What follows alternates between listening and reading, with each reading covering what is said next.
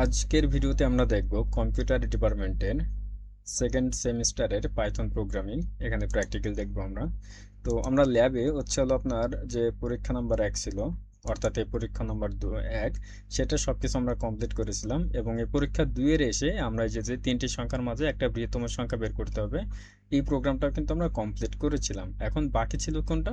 এই নিচের প্রোগ্রামটা বাকি ছিল, যে জোর বিজোরে। যাই হোক, এখান থেকে আজকে আমরা প্রোগ্রামগুলি শুরু করব। তো আমি চেষ্টা করব কয়েকটা প্রোগ্রাম এখানে দেখানোর জন্য, 2টা অথবা 3টা হতে পারে। যাই হোক, এখানে যে প্রোগ্রামটা এখন আমরা করব, এখানে বলছে একটি সংখ্যা ইনপুট নিয়ে জোড় অথবা বিজোড় নির্ণয় করার জন্য প্রোগ্রাম দিবে। অর্থাৎ মনে করেন ইউজার একটা সংখ্যা দিবে এবং সেই সংখ্যাটা জোড় নাকি বিজোড় এটা আমাদের প্রোগ্রামের মাধ্যমে সেটা দেখাতে হবে।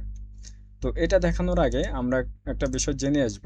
সেটা হলো যে আমরা যদি একটা সফটওয়্যার ওপেন করি এখানে, একটা বিষয় আপনাদেরকে মনে রাখতে হবে যে কোনো সংখ্যা জোড় নাকি বিজোড় এটা বের করার জন্য একটা গাণিতিক ব্যাখ্যা আছে। অর্থাৎ আপনি যে সংখ্যা জোড় নাকি বিজোড় ওইটা যদি জানতে চান, ওই সংখ্যাকে আপনাকে 2 দ্বারা ভাগ করতে হবে, এবং 2 দ্বারা ভাগ করার পর যদি ভাগশেষ শূন্য আসে তাহলে ওই সংখ্যাটা জোড় হবে। আর যদি ভাগশেষ শূন্য না আসে তাহলে ওই সংখ্যাটা বিজোড় সংখ্যা হবে। এখন কত দিয়ে ভাগ করবেন? 2 দ্বারা ভাগ করবেন। আর আমরা যখন অপারেটর শিখতেছিলাম, অপারেটর শেখার সময় আমরা মনে আছে যে আপনাদের এখানে দেখেছিলাম যে স্ল্যাশ যদি আমরা ইউজ করি, মানে এরকম স্ল্যাশ যদি ইউজ করি তাহলে সেটা কি হয়? ভাগ হয়, তাই তো? সেটা ভাগ হয়। আর যদি আমরা পার্সেন্টেজ ইউজ করি তাহলে কি হয়? পার্সেন্টেজ ইউজ করার মানে হলো এটার ভাগশেষ বের করা, অর্থাৎ এই স্ল্যাশ ইউজ করা, এই যে এটা, ওকে, এটা স্ল্যাশ, এই যে স্ল্যাশ, এই যে স্ল্যাশ এটার মানে হলো ভাগ করবে এবং সেটার ভাগফল বের করবে। আর এই পার্সেন্ট দ্বারা যদি আমরা ভাগ করি তাহলে কি হবে? তাহলে সেটার ভাগশেষ বের হবে। তার মানে ভাগশেষ বের করার জন্য আমরা পার্সেন্ট দিয়ে ভাগ করব, আর ভাগফল বের করার জন্য আমরা স্ল্যাশ দিয়ে বের করব, তাই তো? এগুলো আমরা জেনেছিলাম। তাহলে এখন জোড় নাকি বিজোড় এটা বের করার জন্য 2 দ্বারা ভাগ করতে হবে, এবং ওই মানে ভাগ করার পর যদি ভাগশেষ শূন্য আসে নাকি 1 আসে এটা বের করতে হবে।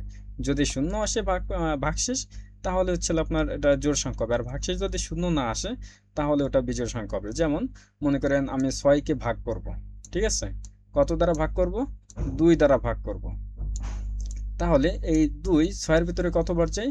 3 বার যায়। তাহলে এখান থেকে 3 দুগুণে 6, তাই তো? তাহলে এখানে ভাগশেষ কত আসে দেখেন তো? ভাগশেষ শূন্য।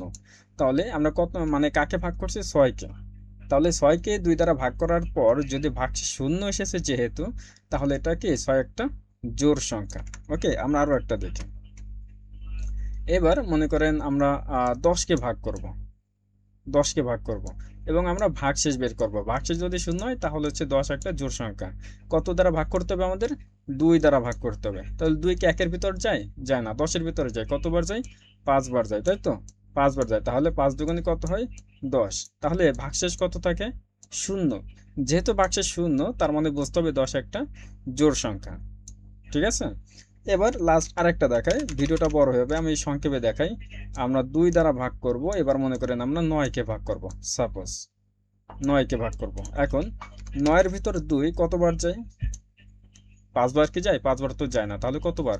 4 বার যায়, তাই তো? 4 বার যায়। তাহলে 4 দুগুণে 8। তাহলে ভাগশেষ কত থাকে? ভাগশেষ থাকে 1। যেহেতু ভাগশেষ শূন্য আসেনি, তার মানে এটা একটা বিজোড় সংখ্যা। এই হলো আমাদের গাণিতিক ক্যালকুলেশন। এই প্রোগ্রামটা করতে গেলে আপনাকে ম্যাথমেটিক্সে একটু ভালো হতে হবে। কিছু কিছু বিষয় ম্যাথমেটিক্স জানার দরকার হয়, কারণ আমরা প্রোগ্রামিং এর মাধ্যমে কিন্তু ম্যাথমেটিক্স করে থাকি। তাহলে আমাদের মেইন টপিকটা কি হবে? যে আমরা করব আপনার ভাগশেষ বের করব। তাহলে ভাগশেষ আমরা বের করব। আমি এটা কেটে দেই। আমরা প্রথমে সফটওয়্যারটি ওপেন করে নিব, তাই তো? আমরা সফটওয়্যারটি ওপেন করে নিব। তাহলে আমরা চলে যাব এখানে। আপনার কাছে যদি না থাকে অবশ্যই এখানে এসে সার্চ করবেন পাইথন লিখে, তাহলে দেখবেন পাইথন এই যে আইডিয়াল সফটওয়্যারটা চলে আসছে। ওকে, এটা আমরা ওপেন করে নিলাম। নেওয়ার পরে আমরা এখান থেকে যাব ফাইলে, সেখান থেকে যাব নিউ। নিউ ফাইলে যাওয়ার পরে প্রথমে আমি এটা সেভ করে নিব। আমরা এখান থেকে গেলাম সেভ অ্যাজ। এখান থেকে যাওয়ার পরে একটা নাম দেব। মনে করেন আমি নাম দিলাম যে প্র্যাকটি প্র্যাকটিক্যাল টু প্র্যাকটিক্যাল টু বা টুডে কিছু একটা লিখে দিলাম। ওকে, কিছু একটা লিখে দিলাম। আপনি একটা নাম দিবেন, মানে আপনার এই প্রোগ্রামিং এর কি নাম হবে সেটা নাম দেওয়ার পরে সিলেবাস টাইপে এসে পাইথনই থাকবে। যদি পাইথন না থাকে আপনি পাইথন দিয়ে নেবেন, অথবা পিওয়াইও থাকতে পারে। ঠিক আছে? তো এখান থেকে আমরা সেভ করে দেব।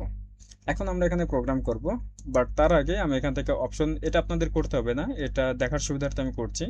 অপশন মেনুতে যাব, আর সেখানে শো লাইন নাম্বারস, এটা আপনি দিতে পারেন নাও পারেন।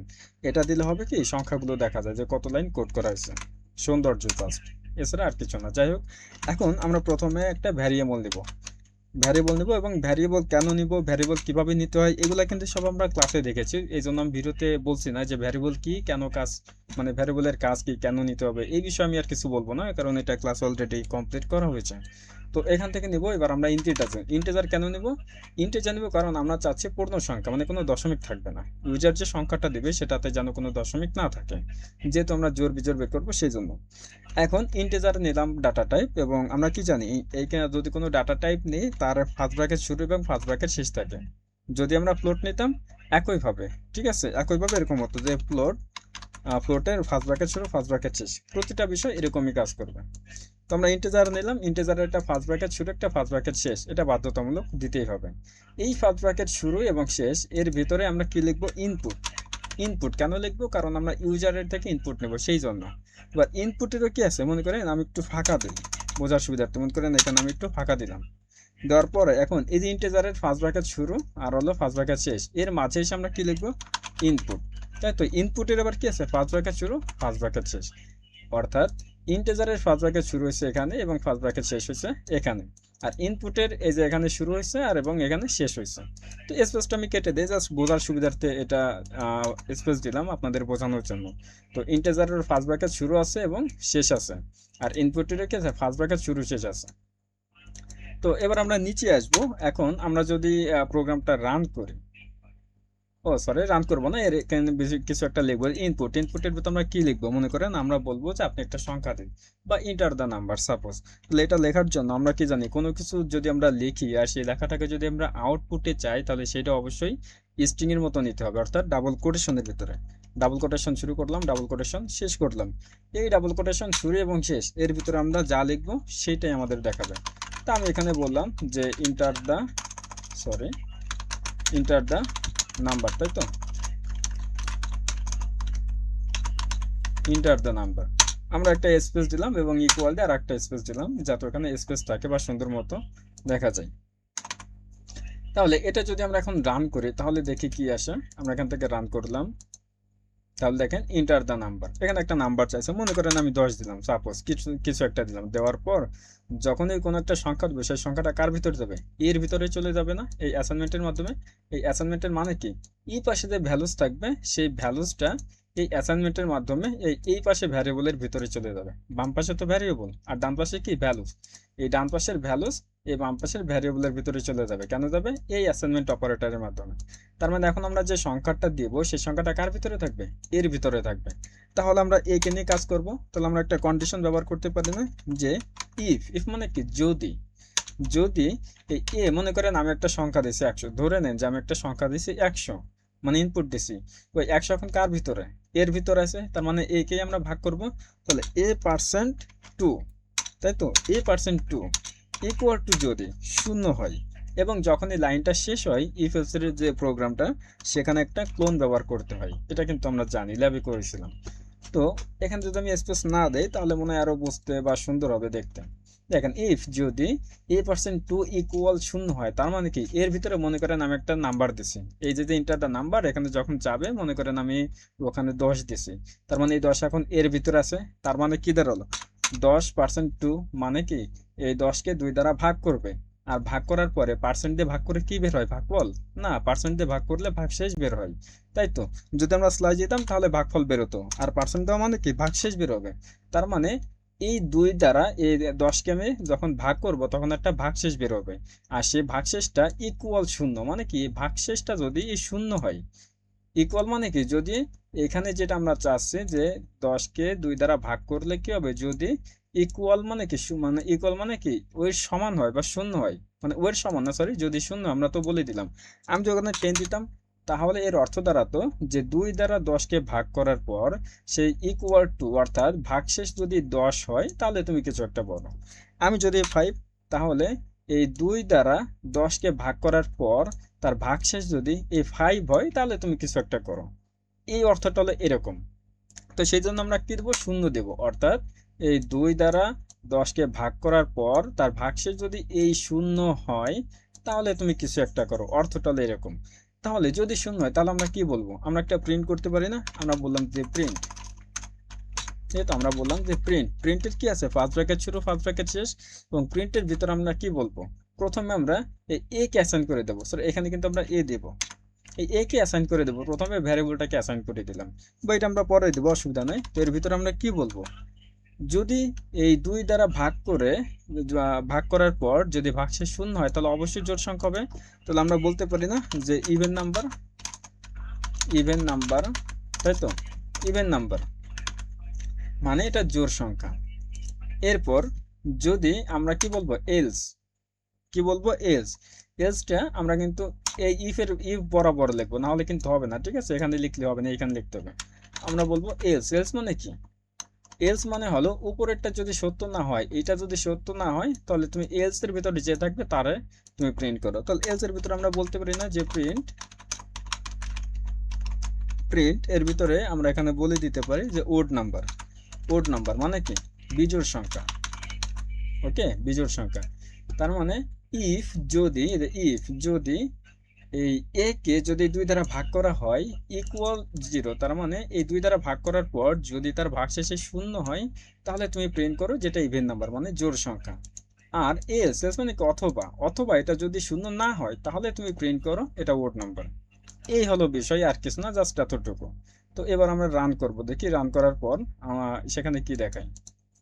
আমি রান করলাম এখান থেকে, ও এখান থেকে আমাকে বলছে, আচ্ছা এটা পূর্বের, ওকে এটা আমরা দেব না, আমাদের এইখানে চাচ্ছে যে ইন্টার দ্য নাম্বার। তো এখানে মনে করেন আমি একটা নাম্বার দিলাম 10, তাহলে দেখেন বলছে ইভেন নাম্বার মানে জোড় সংখ্যা, ঠিক আছে? এবার আমি যদি এটা কেটে দেই, আমি এবার আরেকবার রান করি।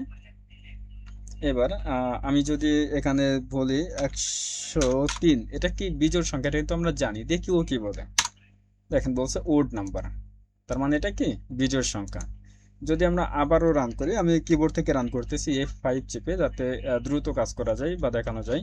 এবার কত দিব? মনে করেন আমি বললাম 1002, তার মানে এটাকে জোড় সংখ্যা। দেখেন এখানে বলছে ইভেন নাম্বার। এখানে এভাবে লিখতে পারেন আপনি যে এটা কি জোড় বা জোড় সংখ্যা, জোড় সংখ্যা, তাই তো?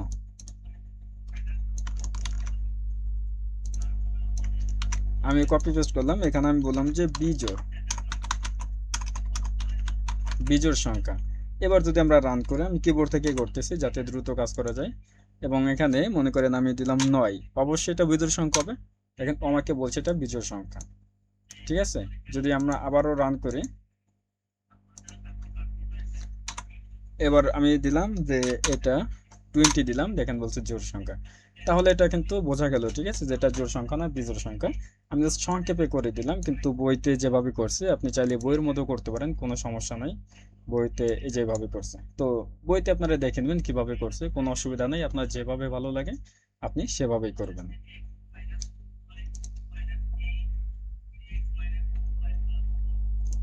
আচ্ছা 13 মিনিট হয়েছে, আমরা আর একটা প্রোগ্রাম করে দেখি কি আছে। আচ্ছা এটা 215 নাম্বার, আমি 216 নাম্বার পেজে যাই। এখানে কি বলছে? আচ্ছা এখানে বলছে যে একটি সংখ্যা ইনপুট নিয়ে ধনাত্মক বা ঋণাত্মক নির্ণয় করার জন্য প্রোগ্রাম লেখো।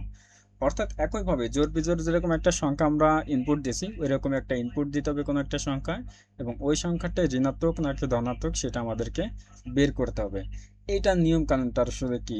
যদি আমরা কোনো একটা জায়গা চলে যাই, কোথায় যাব? আচ্ছা আমরা এই সফটওয়্যারটাই ওপেন করি, আমি এক জায়গায় করে নিই তাহলে এটা সুবিধা হবে। আচ্ছা এখানে যদি আসি তাহলে দেখেন, মনে করেন 0, এটা আসলে মাঝে থাকলো, আমি এখানে বললাম এরপর 1 2 3, এই পাশে বললাম যে -1 -2, তাই তো? -1 বা -2 -3 কিছু একটা দিলাম, বা আপনি এই 3 এই পাশ থেকেও শুরু করতে পারেন, কোনো অসুবিধা নেই। তাহলে যে সংখ্যাতে আসলে মাইনাস আছে, ঠিক আছে, যে সংখ্যাতে আসলে মাইনাস আছে সেটা হলো ঋণাত্মক সংখ্যা। তার মানে কি এই -1 -2 -3 এগুলো কি ঋণাত্মক সংখ্যা। আর যে সংখ্যাতে কোনো নাই, হচ্ছে আপনার মাইনাস নাই, সেই সংখ্যাটা হলো ধনাত্মক সংখ্যা। তার মানে আমাদের এমন কিছু একটা বের করতে হবে যেটা দ্বারা আমরা বুঝতে পারবো যেটা ঋণাত্মক নাকি ধনাত্মক। যদি ঋণাত্মক আসে তাহলে সেটা আছে, সরি, যদি মাইনাস আসে তাহলে ঋণাত্মক, আর মাইনাস না আসলে সেটা ধনাত্মক সংখ্যা। আর জিরো যদি আসে এটাকে আপনি নিরপেক্ষ ধরে নিতে পারেন, ঠিক আছে। যদি কেউ জিরো দেয় আপনি বলবেন যে এটা নিরপেক্ষ সংখ্যা, অথবা জিরো বাদে আপনি অন্য কোনো সংখ্যা দেন, এটা বলে দিবেন, কোনো অসুবিধা নেই। তো যাই হোক, আমরা এবার প্রোগ্রামে চলে যাই এবং আমি সম্পূর্ণ কোডটা কেটে দিলাম। ঠিক আছে, সম্পূর্ণ কোডটা কেটে দিলাম এবং তাহলে আমরা এখানে এসে আজকের এই প্রোগ্রামটা কমপ্লিট করব। নিচে কোড দেওয়া আছে, বই থেকে আপনারা এটা দেখে নিতে পারবেন, কোনো অসুবিধা নাই। আর যদি আমি যেভাবে করে দিই সেভাবে যদি ভালো লাগে, আপনার যেভাবে সুবিধা সেভাবে করবেন, বাট এটা হচ্ছে বুঝতে হবে যে প্রোগ্রামটা আসলে কিভাবে কাজ করে। তো এবার আমি মনে করেন একটা ভ্যারিয়েবল দেবো, মনে করেন নাম দিলাম এ ভ্যারিয়েবল, এবং আমরা একটা ইন্টেজার ডাটা টাইপ নিলাম, ইন্টেজারের ফার্স্ট ব্র্যাকেট শুরু, ফার্স্ট ব্র্যাকেট শেষ, এবং এর ভিতরে আমরা নিব ইনপুট, ব্র্যাকেটের ভিতরে ইনপুট, এর ইনপুটেরও ফার্স্ট ব্র্যাকেট শুরু, ফার্স্ট ব্র্যাকেট শেষ। আগে ব্র্যাকেটগুলো শুরু এবং শেষ করবেন, না হলে কিন্তু ভুল হওয়ার সম্ভাবনা থাকে। তো এই যে ইনপুটের ফার্স্ট ব্র্যাকেট শুরু, তাই তো, এই যে ফার্স্ট ব্র্যাকেট শুরু এবং শেষ, এর ভিতরে এসে আমরা প্রথমে ডাবল কোটেশন শুরু, ডাবল কোটেশন শেষ। আমি এভাবে করতে স্বাচ্ছন্দ্য বোধ করি যে আগে শেষ মানে শুরু করব শেষ করব, তাহলে ভুল হওয়ার সম্ভাবনা কম থাকে। তো আমরা এখানে বললাম যে ইন্টার দা, ওই আগের মতো আর কি, ইন্টার দা নাম্বার, আমরা মানে একটা নাম্বার নিতে হবে, তারপরে কাজ করবে। এবার আমরা যে কাজটা করব যে এটা কি বড় সংখ্যা নাকি ছোট সংখ্যা। ঠিক আছে, আমরা এখানে বলবো ইফ, ইফ মানে কি যদি, এ এ যদি, এখন একটা যে বিষয়টা আপনাদের বলছিলাম যে যদি মাইনাস আসে, মাইনাস আসলে কি হবে, সেটা ঋণাত্মক সংখ্যা, আর মাইনাস না আসলে সেটা ধনাত্মক সংখ্যা। কিন্তু এখন এই মাইনাস কখন আসে আর প্লাস কখন আসে এটা তো আমাদের বুঝতে হবে, রাইট? এটা তো আমাদের বুঝতে হবে। যদি মনে করেন শূন্য, শূন্যর থেকে যদি ছোট হয় তাহলে আপনি যাই দিবেন তাই মাইনাস আসবে, যাই দিবেন তাই মাইনাস আসবে, ওকে। আর শূন্য থেকে যদি বড় হয়, যদি শূন্য থেকে বড় হয় তাহলে সেটা অবভিয়াসলি প্লাস থাকে, অবভিয়াসলি প্লাস থাকে। তো প্লাস চিহ্ন আসলে দেওয়া লাগে না, বাট এখানে দিলাম আর কি। তাহলে শূন্য থেকে, তার মানে কি এখানে 1 2 আমরা এখানটা দিলাম। তাহলে শূন্য থেকে যদি বড় হয়, তাই তো, শূন্য থেকে বড় হইলে সেটা প্লাস থাকবে। আর শূন্য থেকে যদি ছোট হয়, তাই তো, শূন্য থেকে যদি ছোট হয় তাহলে সেটা কি হবে, মাইনাস হবে। ঠিক আছে, তাহলে আমরা এখানে বললাম যে এই এর মান যদি শূন্য থেকে বড় হয় তাহলে কিন্তু কি হবে, মনে করেন এতে আপনি একটা ইনপুট দিয়েছেন, যখন রান করবেন তখন তো একটা সংখ্যা চাইবে, এখানে সংখ্যা চাইবে না, সংখ্যা তো চাইবে। তো মনে করেন আপনি একটা মান দিয়েছেন, মানে সেটা শূন্য থেকে বড় না ছোট সেইটা দেখতে হবে। আপনি যে মান বা সে সংখ্যা বা নাম্বারটা দিবেন সেটা যদি শূন্য থেকে বড় হয় তাহলে সেটা মনে করেন পজিটিভ নাম্বার, মানে ধনাত্মক সংখ্যা। আর যদি আপনি যে নাম্বারটা দিবেন সেটা যদি শূন্য থেকে ছোট হয় তাহলে অবভিয়াসলি সেটা কি হবে, ঋণাত্মক সংখ্যা। তাহলে আমাদের দেখতে হবে যে এই যে ইনপুটটা দেওয়া হবে এটা কার ভিতর আছে, এর ভিতর আছে। এখন এতে যে সংখ্যাটা দেওয়া হবে সেটা কি শূন্য থেকে বড় নাকি শূন্য থেকে ছোট। যদি শূন্য থেকে বড় হয়, যে আমরা বললাম যে এ গ্রেটার দেন 0, তার মানে কি এ গ্রেটার দেন এর ভিতরে এ, তার মানে অবভিয়াসলি শূন্য থেকে এ বড় হইতে হবে। এখন এই শূন্য থেকে যদি এ বড় হয়, তাই তো, যদি বড় হয় তাহলে কি হবে, তাহলে হচ্ছে আপনার এটা নিঃসন্দেহে কি হবে, পজিটিভ নাম্বার। আমরা এখন বলতে পারি প্রিন্ট, প্রিন্ট আমরা পজিটিভ নাম্বার, ঠিক আছে, এটা আমরা লিখি যে পজিটিভ নাম্বার, পজিটিভ নাম্বার। আর যদি এই শূন্য থেকে ছোট হয় তাহলে আমরা সরাসরি এলসে যেতে পারি না, এলস, তাই তো, এলস। তবে এখানে আপনার কোড করার সময় এন্টার দিলে এখানে আসে, তবে আপনাকে মনে রাখতে হবে ইফ যেখান থেকে শুরু করছেন এলসও সেই একই লাইনে হতে হবে, মানে এখানে ইফ এই বরাবর লেভেল, তাই তো, আর আপনি এখান দিলে হবে না। তো এই জন্য আমরা কি করবো, এটা কেটে দিয়ে আমরা এই লাইন বরাবর নিয়ে আসবো, না হলে কাজ করবে না, এরর চলে আসবে, এটা সাবধান, ওকে। তো এলস, এলস আমরা কি বলবো বলেন, এলস মানে কি, অর্থাৎ এটা তো গ্রেটার দেন লেস দেন, এটা কিন্তু আমি ভিডিওতে বলতেছি না, এগুলো সবকিছু শেখানো হয়েছে, সেজন্য আমি সংক্ষেপে করতেছি। তাহলে এই এ গ্রেটার দেন 0 মানে কি, যদি এই 0 থেকে এর মান বড় হয় তাহলে সেটা পজিটিভ নাম্বার, মানে ধনাত্মক সংখ্যা। আর এটা যদি না হয় তাহলে নিঃসন্দেহে সেটা কি হবে, নেগেটিভ সংখ্যা হবে না, নেগেটিভ নাম্বার হবে। মানে শূন্য থেকে যদি এ বড় হয় তাহলে এই লাইনটা সে প্রিন্ট করবে। আর যদি এটা না হয়, এটা না হয় তার মানে কি, যদি এর না হয় তার মানে হলো যে শূন্য থেকে এর মান বড় হচ্ছে না। যদি এ শূন্য থেকে এর মান বড় হয় তাহলে এই লাইনটা প্রিন্ট করো। আর যদি শূন্য থেকে এর মান বড় না হয় তাহলে এর মান বড় হবে না, তার মানে কি এ থেকে অবশ্যই এই মানটা বড় হচ্ছে, এর মান ছোট হবে, তাই তো। তা শূন্য থেকে বড় হলে এর মান যদি বড় হয় তাহলে প্রিন্ট করবে পজিটিভ নাম্বার, আর যদি শূন্য থেকে এর মান বড় না হয় তাহলে সে প্রিন্ট করবে এটা নেগেটিভ নাম্বার। আমরা বললাম প্রিন্ট, এখান থেকে আমরা ভিতরে এসে আমরা কোটেশনের ভিতরে লিখে দিলাম নেগেটিভ নাম্বার, নেগেটিভ নাম্বার। ওকে, নেগেটিভ নাম্বার মানে ঋণাত্মক সংখ্যা। তাহলে শূন্য থেকে যদি এর মান বড় হয় তাহলে সেটা পজিটিভ সংখ্যা, আর যদি শূন্য থেকে এর মান বড় না হয় তাহলে নেগেটিভ সংখ্যা বা নেগেটিভ নাম্বার। তো এটা আমরা রান করি, আমি কিবোর্ড থেকে রান করতেছি। কিবোর্ড থেকে করতে হলে F5 চাপবেন, ওকে, নাহলে আপনারা ওখান থেকে রান করবেন। এবারটা নাম্বার মনে করেন আমি একটা সংখ্যা দিলাম 10, তারটা অবশ্যই শূন্য থেকে বড়, তাহলে কি হবে, এটা পজিটিভ নাম্বার। দেখেন এখানে বলছে পজিটিভ নাম্বার, ঠিক আছে। আপনার যদি কিবোর্ড থেকে রান না করেন, এখান থেকে রান অপশন, এখান থেকে যদি রান মডিউল, দেখেন সংক্ষেপে F5 ক্লিক করলে হয়। তো আমি কিবোর্ড থেকে করব যাতে দ্রুত কাজটা করা যায়। এবার আমি বললাম যে মনে করেন একও তো শূন্য থেকে বড়, তাই তো, একও কিন্তু শূন্য থেকে বড়, দেখেন বলছে পজিটিভ নাম্বার। এবার আমি একটা ঋণাত্মক নাম্বার নিয়ে দেখি যে আসলে কি বলে। এবার যদি আমরা শূন্য থেকে ছোট নেই তাহলে আমরা কি জানি, শূন্য থেকে ছোট যত সংখ্যা আছে সবগুলোর আগে মাইনাস হবে। তো আমি বললাম -10, যেহেতু মাইনাস আছে, এখানে যেহেতু মাইনাস আছে তার মানে অবশ্যই শূন্য থেকে ছোট। আর আমরা কন্ডিশনে কি বলছি যে শূন্য থেকে বড় হইলে পজিটিভ নাম্বার, আর শূন্য থেকে ছোট হইলে কি হবে, ঋণাত্মক নাম্বার মানে নেগেটিভ নাম্বার, তাই তো। এবার দেখি কি বলে, দেখেন এবার বলছে নেগেটিভ নাম্বার, যেহেতু এখানে মাইনাস আছে সেই জন্য এটা শূন্য থেকে ছোট, আর শূন্য থেকে যেহেতু ছোট সেই জন্য বলছে নেগেটিভ নাম্বার। আশা করি বোঝাতে পারছি। বাট এখানে আরো একটা বিষয় আছে, সেটা আমি দেখিয়ে দিই, বাট এটা ম্যান্ডেটরি না, এটা রিয়েল লাইফ প্রবলেম সলভিং এ লাগে, বাট আপাতত আপনাদের না হলেও চলবে, তাও সেটা দেখাই দিই। এখন এটা শূন্য থেকে যদি এর মান বড় হয় তাহলে সেটা বড় মানে পজিটিভ নাম্বার, আর যদি শূন্য থেকে এর মান বড় না হয় তাহলে নেগেটিভ নাম্বার। এই পর্যন্ত ক্লিয়ার। কিন্তু শূন্য থেকে বড় আর শূন্য থেকে ছোট আমরা কিন্তু এটা করছি, অর্থাৎ শূন্য থেকে বড় হলে এই কাজটা করবে, আর শূন্য থেকে ছোট হলে এই কাজটা করবে। যদি শূন্য হয় তাহলে কি করবে এটা কিন্তু আমরা বলি নাই, আমরা শুধু বলছি শূন্য থেকে বড় হবে না হলে শূন্য থেকে ছোট হবে। বাট যদি শূন্য হয় তাহলে কি বলবে, এটা কি আমরা কিছু বলছি বলেন, এটা তো আমরা কিছু বলি নাই। ইউজার তো শূন্য দিতেও পারে। আচ্ছা চলুন দেখি শূন্য দিলে কি আসে, আমরা একটু দেখি। আমি শূন্য দেই, দেখি আউটপুটে কি দেখাই। আচ্ছা নেগেটিভ নাম্বার দিছে। যাই হোক, আমরা এখানে আর একটা কন্ডিশন ইউজ করবো, এটা নিচে চলে আসে। আমরা কি জানি, এলস হয় সবার শেষে, ওকে, এলস কি হয়, সবার শেষে হয়। বাট আমরা তো প্রোগ্রাম এই যে একটা কন্ডিশন ইউজ করছি আর একটা কন্ডিশন ইউজ করব, ঠিক আছে, এই জন্য আমরা এলস এর উপরে গেলাম। এখন ইফ এর পরে কি হয়, এলিফ হয় না, এলিফ। ইফ তোমরা দিয়েছি সর্বপ্রথম ইফ হয়, তারপরে কোনো কন্ডিশন থাকলে এলিফ হয়, তারপরে কোনো কন্ডিশন থাকলে তখনও এলিফ হয়, যত বড় হবে সব এলিফ, সর্বশেষে গিয়ে এলস হবে। তো যেহেতু সর্বশেষে এলস, তার মানে আমি তো নিচে করব না, আমরা কোথায় করব, উপরে করব। তো আমি এখানে বললাম এলিফ, ওকে, এলিফ, এখানে কি বলবো, এর মান ইকুয়াল টু শূন্য, মানে কি এর মান যদি শূন্য হয়, যদি আমি স্পেসগুলো কেটে দেই তাহলে এরকমটা দেখাবে, এরকমটা দিলে হয়তো আপনাদের বুঝতে মানে সহজ হবে। এ ইকুয়াল টু 0 মানে এর মান যদি শূন্য হয়, এর মান, অর্থাৎ ইউজার যখন কোনো একটা নাম্বার দেবে আর সেই নাম্বারটা যদি শূন্য হয়, সেই শূন্য টাকার ভিতরে এর ভিতরে থাকবে সেইটাই, যে এ ইকুয়াল টু শূন্য, তার মানে এর মান যদি শূন্য হয় তাহলে কি প্রিন্ট করবে। তো আমরা বললাম যে এর মান যদি শূন্য হয়,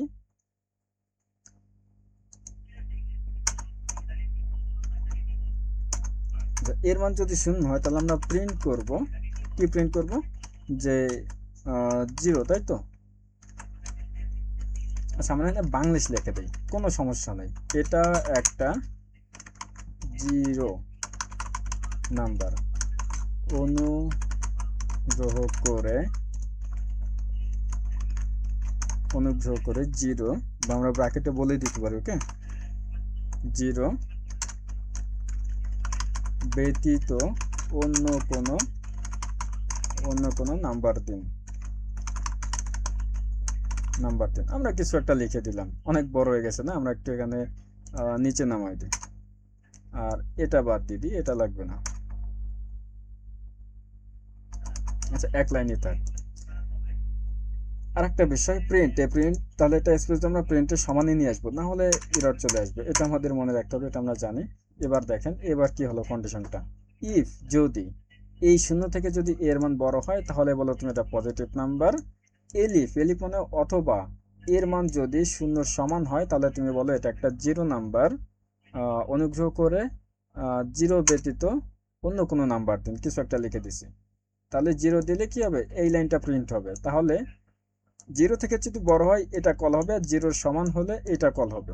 এখন যদি তাহলে আর একটা কি হলো যে জিরো থেকে বড় আর জিরোর সমান একটা জিনিস বাকি থাকে, তাহলে কি জিরো মানে জিরো থেকে যদি ছোট হয়, তো জিরো থেকে যদি বড় না হয় এবং জিরো, আমি আরেকভাবে বলি, এর মান যদি জিরো থেকে বড় না হয় এবং এই এ থেকে যদি জিরোর সমান না হয়, তাহলে কি হবে, অবশ্যই এর মান ছোট হবে। মানে এর মান জিরো থেকে বড় না আবার এর সমানও না, তাহলে কি হবে, বড়ও না সমানও না, তাহলে নিশ্চয়ই ছোট হবে। সে যদি ছোট হয় সেটা আমরা এলসে বললাম যে নেগেটিভ নাম্বার। এবার যদি আমরা একটা রান করি দেখি কি আসে। আচ্ছা, এখানে সিনট্যাক্স এরর আসছে তাই তো। এখানে আচ্ছা এরর যেহেতু চলেই আসে, ভালো হয়েছে, এখানে মাঝে মধ্যে এরর আসলে আপনাদেরকেও দেখাই দেওয়া যাবে। এখানে বলছে যে এক্সপেক্টেড, দেখেন সিঙ্গেল কোটেশনের ভিতরে একটা ক্লোন দেখাচ্ছে, তার মানে এই লাইনে আমার কিছু একটা ভুল হয়েছে। চলুন কি ভুল হয়েছে আমরা একটু দেখে আসি। আমরা জানি কি কোনো কন্ডিশন দেওয়ার পর একটা ক্লোন দিতে হয়, বাট আমি কিন্তু ক্লোনটা দেইনি। দেখেন এই যে একটা ক্লোন, এই ক্লোনটা দিতে হয়, ক্লোনটা দেইনি, সেই জন্য এরর আসছে। তো এবার আমরা প্রবলেমটা সলভ করলাম, ভালোই হলো, একটা প্রবলেম সলভ করা শিখে গেলাম। আমরা আবার রান করলাম। এবার আমি একটা নাম্বার দেব যে 1, তাহলে কি হবে, অবশ্যই পজিটিভ নাম্বার, বা 10 দিলাম, এটা পজিটিভ নাম্বার, পজিটিভ নাম্বার চলে আসছে। এবার আমরা কি দেব, আর একবার দেব নেগেটিভ নাম্বার, শেষে আমরা দেখব। তাহলে মাইনাস মনে করেন 15 বা কিছু একটা দিলাম, যেহেতু মাইনাস আছে তাহলে নিশ্চয়ই নেগেটিভ নাম্বার হবে। দেখেন বলছে নেগেটিভ নাম্বার, তাই তো। এবার আমরা জিরো দিয়ে দেখবো, দেখি কি আসে। যদি জিরো দিই তাহলে দেখেন কি বলছে। এটা এই যে এটা একটা জিরো নাম্বার, অনুগ্রহ করে জিরো ব্যতীত অন্য কোনো নাম্বার দিন। আশা করি বুঝতে পেরেছেন যে আমি কি বলতে চাইছি, বাট এইটা যদি আপনাদের কাছে অনেক বেশি কঠিন মনে হয়, কোনো দরকার নেই নতুন অবস্থাতে।